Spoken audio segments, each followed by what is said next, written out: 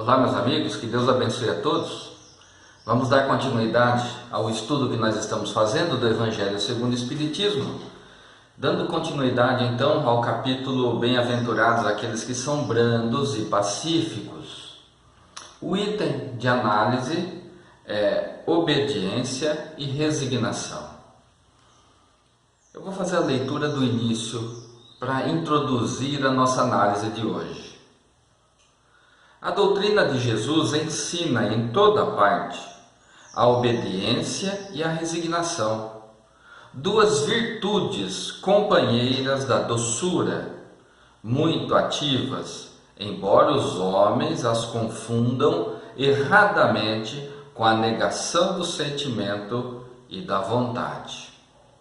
É bem pertinente essa introdução, porque quando fala obediência, muitos já interpretam pelo lado oposto do verdadeiro sentido, né? Como se fosse aquela questão da obediência cega, do que é dito, do que é ensinado no Evangelho, do que é ensinado pelos grandes pensadores da doutrina espírita, tem que ser entendido e engolido, assimilado sem questionamento nenhum, né? É como se essa obediência fosse alguma coisa que levasse a anular a nossa vontade. Não é esse o sentido da questão da obediência. A questão da obediência faz com que nós, através do nosso entendimento racional, passamos a compreender que as leis de Deus foram constituídas para o nosso bem. Aí, através desse entendimento racional, nós então passamos a compreender que as leis do Pai e as explicações de Jesus a respeito do nosso comportamento para estarmos em sintonia, estarmos de acordo com as leis do Criador, nós devemos então obedecer, mas obedecer de maneira racional, compreendendo por que obedecer. Não obedecer de olhos fechados, mas o porquê obedecer.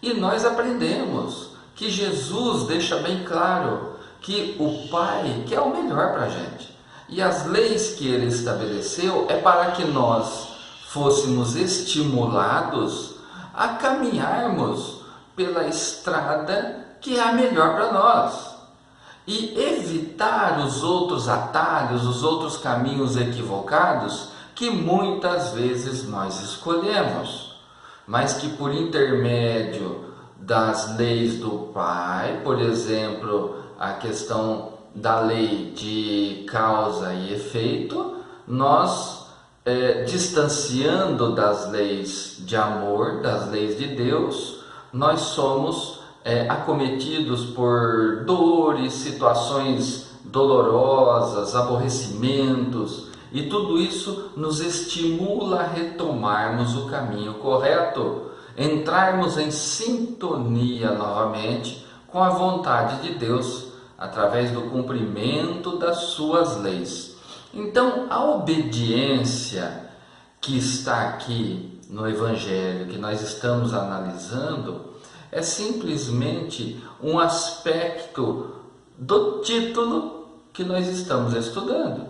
Bem-aventurados aqueles que são brandos e pacíficos, aqueles que agem pela paz, que têm o sentimento da brandura no trato com o próximo, no seu comportamento, e o sentimento de agir pela paz, sempre agindo, estimulando e trabalhando pela paz entre os homens. E assim nós compreendemos o significado aqui da obediência. E a resignação? A resignação também não é simplesmente estar submetido. Não, eu vou me submeter ao que está acontecendo, porque essa é a vontade de Deus. Não, não é isso também, não é essa imposição. Estar resignado é uma maneira de você compreender que se algo está acontecendo com você, se algo está acontecendo conosco, que está nos trazendo grandes desafios, que está forjando os nossos sentimentos, muitas vezes através de acometimento de dores, de aflições. Então, se nós estamos passando por situações assim e compreendendo a essência do Pai, que Ele é todo justiça e todo amor, isso significa que eu devo passar por isso. Ali existe uma razão de ser, porque o Pai não ia submeter simplesmente por capricho alguém à dor, alguém a um fardo muito pesado que não tenha condições de carregar. Não, não é esse o entendimento que nós já aprendemos sobre o nosso Criador. Então, diante dessa compreensão, a resignação é esse sentimento, é essa virtude que deve ser estimulada em nós, compreendendo os acontecimentos da vida a que nós estamos submetidos pelas leis do Pai. Por exemplo, nós não estamos encarnados aqui, então nós estamos sendo submetidos à lei da reencarnação. Mas existe um propósito. E qual é o propósito de retornarmos à experiência material? O aprendizado. O aprendizado e reparação de equívocos que nós cometemos no passado. Então, tudo isso está de acordo com as leis de Deus. Daí que, através da resignação, ou seja, entendendo a situação, compreendendo, nós afastamos de nós o sentimento da revolta. Porque uma das primeiras coisas que instintivamente nós somos levados a pensar e a reclamar é nos revoltar contra Deus pelas dores que nós estamos passando, pelas dores que fomos acometidos. Aí pensando, por que Deus permite que isso aconteça comigo? Por que Deus permite que isso aconteça com o meu filho, com o meu familiar, com a pessoa amiga, querida? Então, esse sentimento de revolta se afasta completamente da gente quando nós passamos a ser resignados. Olha o que está escrito aqui neste item. A obediência é o consentimento da razão. Eu entendo por que nós devemos ser obedientes às leis de Deus, pela razão. E a resignação é o consentimento do coração, do sentimento, compreendendo que é melhor agir assim do que preencher o nosso interior, o nosso coração com sentimento de revolta e de mágoa.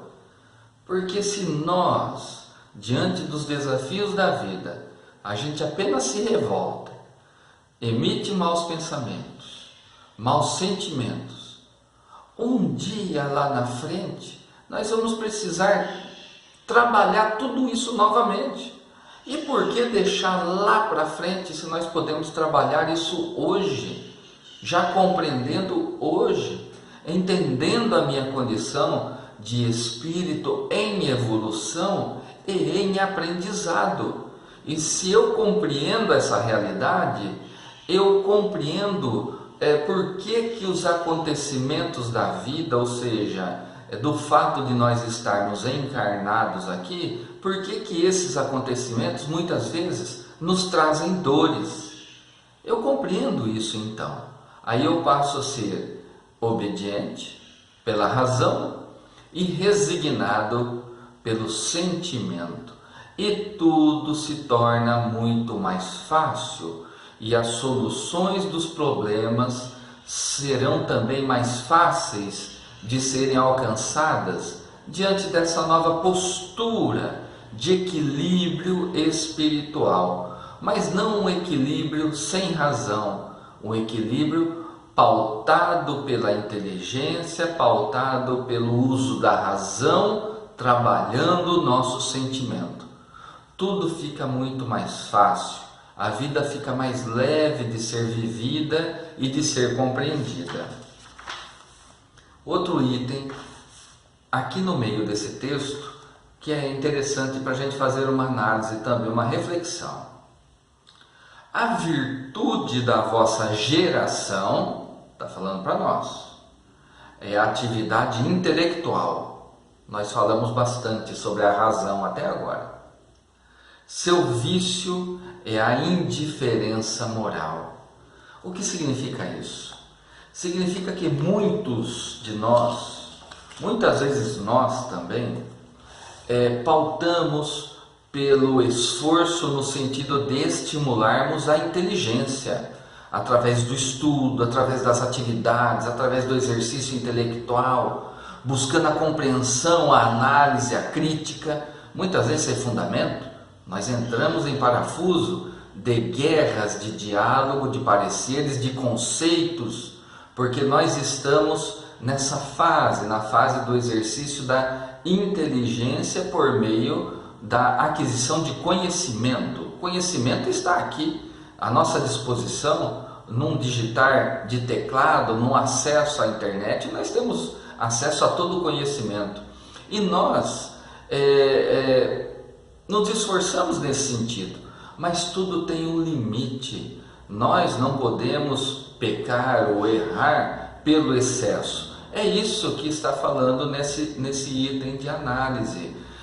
Quando nós temos então que, aliado à busca do conhecimento, do exercício da inteligência, na prática da razão, aliarmos o sentimento, a empatia pelo próximo, a compreensão do que o outro está necessitado, o que o outro está precisando, nos colocando no lugar do outro.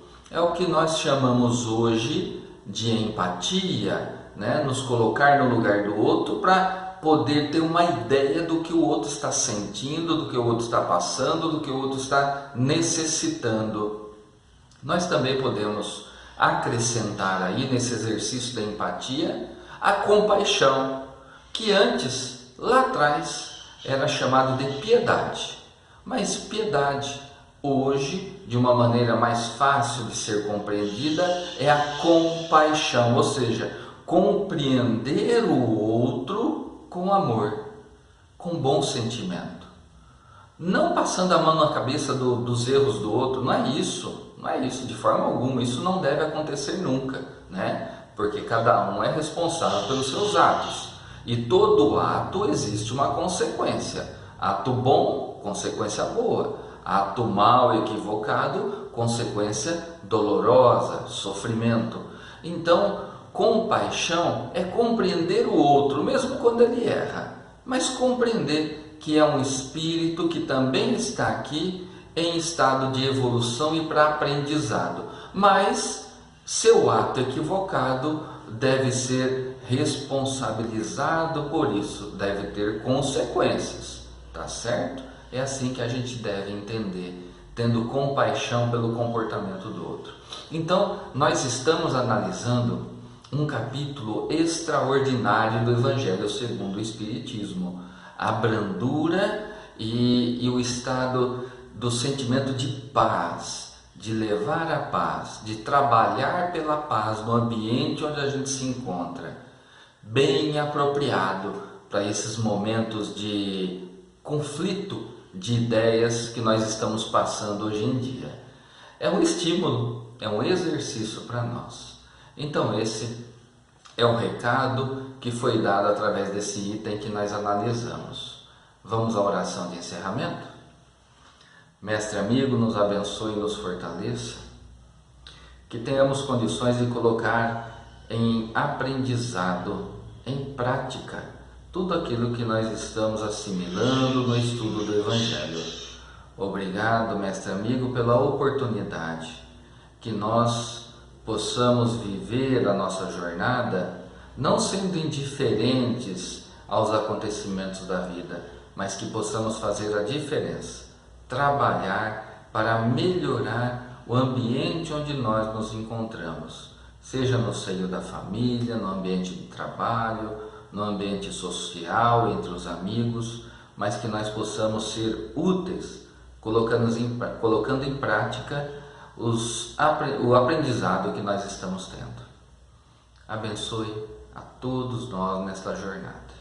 Assim seja. Meus amigos, esse é o recado de hoje. Que possamos dar continuidade aos nossos encontros e até o próximo vídeo. Um abraço.